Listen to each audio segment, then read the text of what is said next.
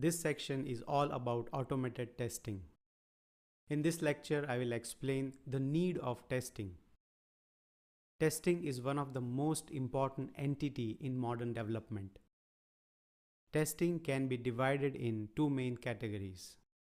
The first is manual testing and second is automated testing.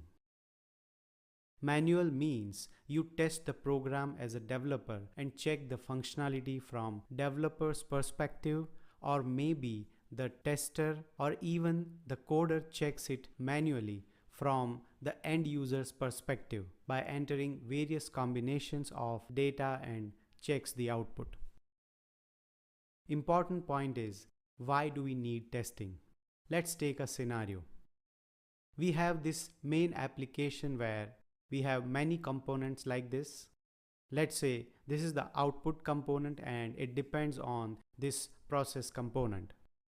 Imagine that there are some new additions or modifications required. So the changes you make to this process component will affect the output component as well. In fact, it may affect the entire application. So you require testing of the component before you make your application live or you put it on a production server. Certainly, manual testing is one of the ways, but in modern development, we can write programs or code which performs the test on the code which you have written. That is on a specific module or units or even entire application. In short, testing is really essential and React also supports it well with the use of libraries and tools.